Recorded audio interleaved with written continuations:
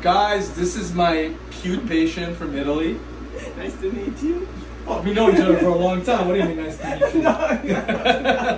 No, child. Whenever she comes here, I feel like I'm on vacation in Italy. She brings Italy to my office, so she puts me in a good mood.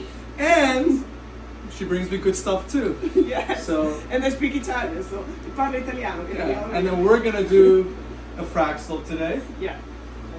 You love the Fraxel. I love that. I do it with you. This is the 5th time. Yeah. And it's perfect. I don't use makeup never because this is perfect. I'm perfect. And I'm 50 years old. Well, you know I'm a big fan of Fraxel because I was involved in its development about 20 years ago. It's my baby. I do a lot of Fraxel, so we'll get to work on you soon. Yes. Okay. Very happy. Bye, ciao.